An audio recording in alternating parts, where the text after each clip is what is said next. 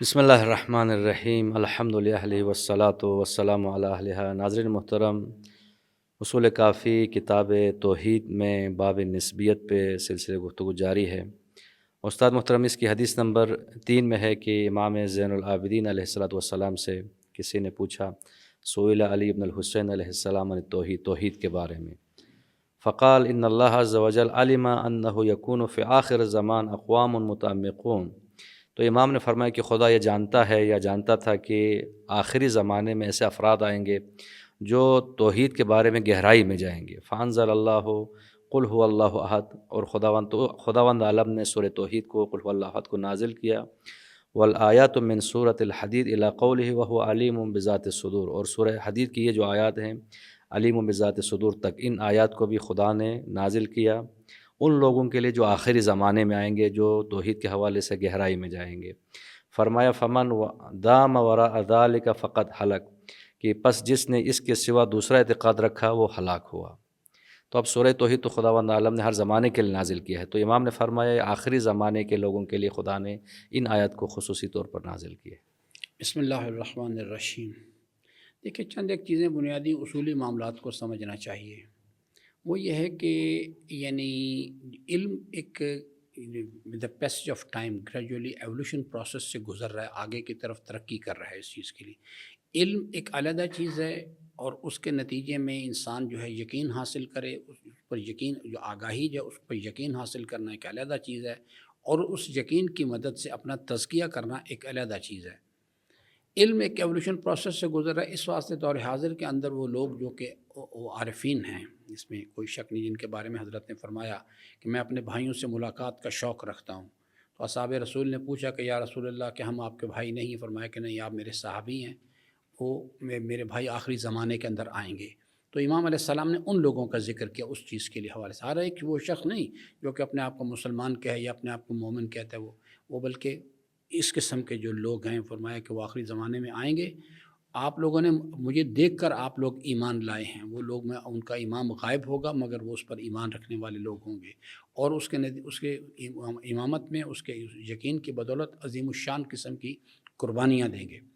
تو یہ چیز جو ہے یعنی ایک گریجول ایولیوشن پروسیس سے گزر رہی ہے۔ قرآن کریم ہر روز ایک نئے حسن کے ساتھ جلوہ گر ہوتا ہے، اور جو پاک قلوب ہیں اس اثر کو قبول کرتے ہیں اس چیز کے لیے۔ تو یہاں پر جو یعنی سورہ حشر کی آخری آیات ہیں، هو اللہ الذی لا الہ الا هو، یہ سورہ حدید کے اندر جو امام علیہ السلام نے اشارہ فرمایا، یہ سورہ قل هو اللہ ہے، آیت الکرسی ہے، خود سورہ الحمد ایک زبردست قسم کا انسان سازی کا ایک مکمل کمپلیٹ ایک پروجیکٹ بیان کرنے والی چیز ہے۔ تو یہ اس طرح سے ہر زمانے کے اندر جو لوگ ہیں، اب جیسے الصمد ہے، یعنی الصمد جو ہے اس کے جو مطالب آج یعنی عارفین، میں پھر کہتا ہوں عام آدمی نہیں، جیسے آیت اللہ محمد حسین طباطبائی جیسے لوگ، امام خمینی جیسے لوگ، اس قسم کے لوگ جو ہیں، وہ جب اس کے مطالب کے اندر صحیح طور، تو حتیٰ کہ وہ لوگ جو کہ ان کے معتقدین ہیں یا ان کے فالورز ہیں، وہ بھی بعض اوقات حیران ہو جاتے ہیں ان کی باتیں سن کے اس چیز کے لیے۔ تو اس لیے یہ ایک ایولیوشن پروسیس سے گزر رہی ہے، اور دور حاضر کے اندر جو لوگ صحیح طور پر عارفین ہیں، وہ لوگ اس میں کوئی شک نہیں کہ بہت ہی کمال کی منزل پر ہیں اس وقت وہ۔ تو امام رضا علیہ الصلوۃ والسلام سے بھی کسی نے توحید کے بارے میں پوچھا، تو امام نے فرمایا کہ جس نے سورہ قل هو اللہ احد کو پڑھا اور اس پر ایمان لایا تو اس نے معرفت توحید حاصل کی، اور فرمایا اس کے بعد جب قرآن کی اس آیت کی تلاوت کریں کذالک اللہ ربی، تو یہ بھی پڑھ لیا کریں۔ یہ بھی پڑھ لیا کر رہے ہیں۔ اب جو چیز ہے وہ یہ ہے کہ اس میں فہم قرآن کے حوالے سے امام علیہ السلام نے اشارہ فرمایا، ٹھیک ہے، سورہ توحید کو، سورہ اخلاص کو پڑھنا اور چیز ہے۔ پڑھنے کے لیے صرف ایک چیز کی ضرورت ہے، انسان اسے عربی آنی چاہیے، وہ کوئی بھی، وہ کسی رنگ سے ہو، کسی نسل سے ہو، کسی زبان سے ہو، کسی علاقے سے ہو۔ لیکن ایک دوسرا قرآن کریم کو یعنی سورہ اخلاص کو سمجھنا، اس کے اندر بنیادی کلیم ہے اللہ احد، یہ بنیادی کلیم ہے۔ اس کے اوپر اللہ تعالیٰ نے دلیل پیش کی اللہ الصمد، یعنی اس کے اوپر بے نیازی کو۔ اب ایک آدمی جو ہے اس کو قرآن کریم کو اگر سمجھنے کے لیے، تو اسے سمجھ ہونا چاہیے اللہ الہ کیا چیز ہوتی ہے، احد سے کیا مراد ہے، الصمد سے کیا مراد، کیونکہ جتنا اس کا الصمد کے بارے میں اس کا آگاہی اور یقین بڑھے گا، اتنا اس کا شان یعنی اللہ تعالیٰ کی شان الوہیت پر اس کا یقین کامل ہوگا۔ جتنا یقین کامل ہوگا، اتنا انسان کی عملی زندگی کے اندر تبدیلی آئے گی کہ وہ ہر عمل کے اندر اللہ کی طرف رجوع کرے گا، اخذہ للہ، وترکہ للہ، اس چیز کے لیے. تو یہ بنیادی طور پہ اسے سمجھنا ہے. یعنی سمجھنے کے لیے کس چیز کی ضرورت ہے؟ لا یمسہ الا المطہرون. انسان اپنے نفس کی یعنی اپنے ارادے کو نفس کی خواہشات کے غلبے سے یا گناہوں کے سیاہی سے پاک کرے. اور تیسری چیز ہے کہ اس پر جب یعنی انسان نے اس کی معرفت حاصل کی، آگاہی حاصل کی، تو اس پر اسے عمل کی منزل میں کنورٹ کرنا. عمل کی منزل میں کنورٹ کرنے سے پہلے یعنی انسان اگر تزکیے کے بغیر عمل کی منزل میں گیا تو پھر انسان عمل میں خرابی کی طرف چلا جائے گا. تو یہ چیزیں جو ہیں ان کو برقرار رکھنے کی ضرورت ہوتی ہے. اور یہ جو سورہ اخلاص ہے یہ انسانی زندگی کا، کیونکہ الہ انسانی زندگی کا لازمہ ہے، ضرورت ہے.